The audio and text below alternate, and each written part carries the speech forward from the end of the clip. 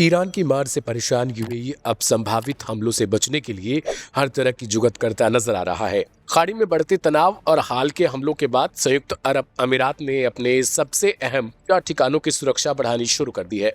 दावा किया जा रहा है कि दुबई के पास तेल भंडारण टैंकों के ऊपर भारी लोहे के जाल जैसे ढांचे लगाए जा रहे हैं, जिन्हें कोप केस कहा जाता है। ये वही तकनीक मानी जाती है जिसका इस्तेमाल रूस ने यूक्रेन युद्ध के दौरान अपने सैन्य और ऊर्जा ढांचे को ड्रोन हमलों से बचाने के लिए किया था। मिडिल ईस्ट में बढ़ते तनाव के बीच यूएई अब सिर्फ एयर डिफेंस सिस्टम पर निर्भर नहीं रहना चाहता, बल्कि जमीन पर भी फिजिकल सुरक्षा कवच तैयार कर रहा है, क्योंकि जिस तरीके से ईरानी ड्रोन और मिसाइलें हमला कर रही हैं, उससे कोई एयर डिफेंस सिस्टम 100% सुरक्षा नहीं दे पा रहा। रिपोर्ट्स के मुताबिक सोशल मीडिया पर सामने आई तस्वीरों में दुबई इंटरनेशनल एयरपोर्ट के पास मौजूद कुछ तेल टैंकों के ऊपर बड़े मेटल फ्रेम दिखाई दिए।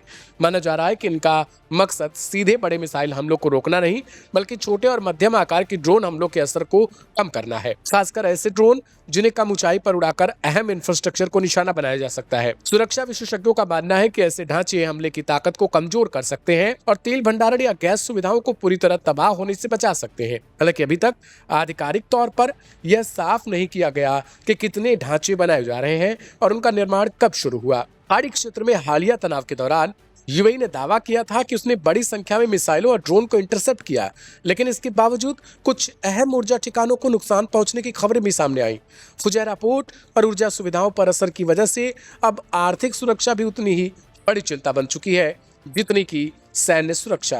विशेषज्ञों का मानना है कि अगर ऊर्जा केंद्रों पर लगातार खतरा बना रहता है तो तेल सप्लाई, गैस उत्पादन और पूरे क्षेत्र की अर्थव्यवस्था प्रभावित हो सकती है। यही वजह है कि अब सुरक्षा की रणनीति सिर्फ मिसाइल रोकने तक सीमित नहीं रखी गई, बल्कि इंफ्रास्ट्रक्चर को बचाने तक पहुंच चुकी है। पूरे 40 दिनों के युद्ध के दौरान सबसे ज्यादा हमले यूएई पर किए गए।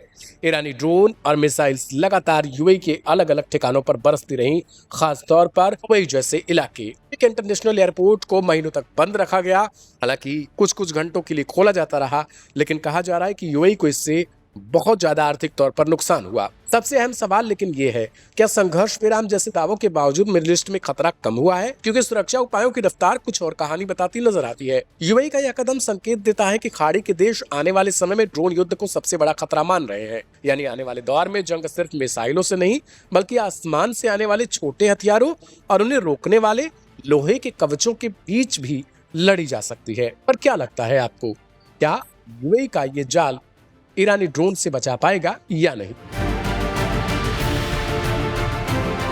बिस्मिल्लाहिर्रहमानिर्रहीम।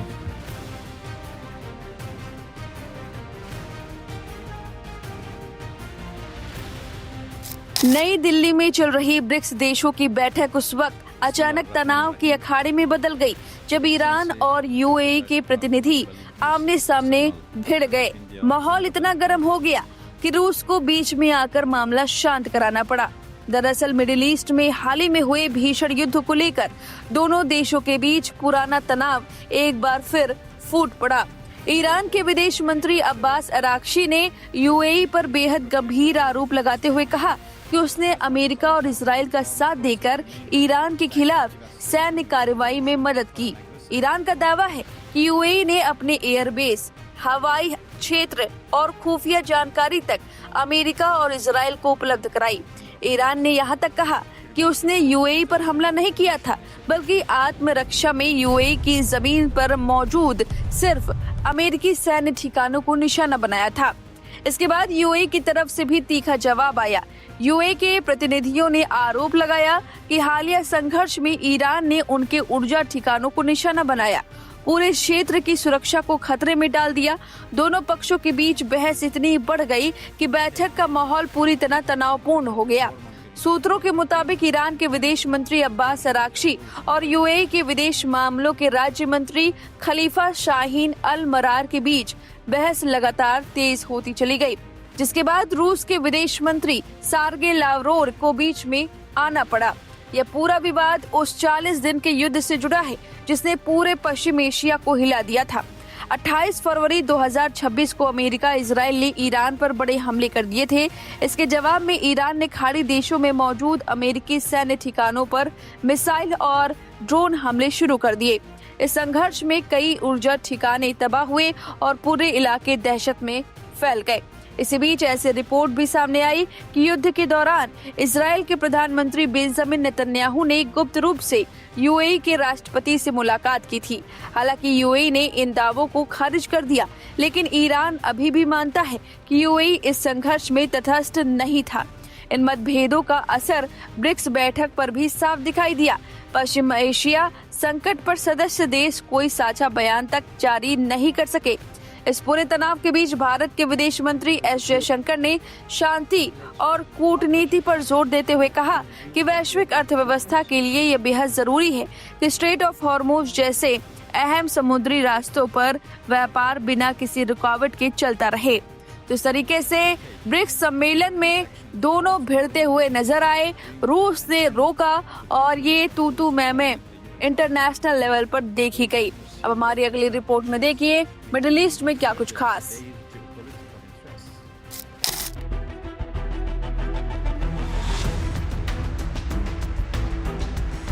मिडिल ईस्ट में जारी जंग के बीच आखिरकार वो तस्वीर सामने आने लगी है जिसे कुछ हफ्ते पहले डोनाल्ड ट्रंप पूरी तरह खारिज कर रहे थे। ट्रंप बार बार दावा कर रहे थे कि ईरान को झुकाने के लिए अमेरिका को किसी तीसरे देश की जरूरत बिल्कुल भी नहीं है। खासतौर पर चीन को लेकर उनका रुख बेहद सख्त था। लेकिन अब हालात ऐसे बन चुके हैं कि खुद ट्रंप को बीजिंग पहुंचकर चीन के राष्ट्रपति शी जिनपिंग से बातचीत करनी पड़ी है।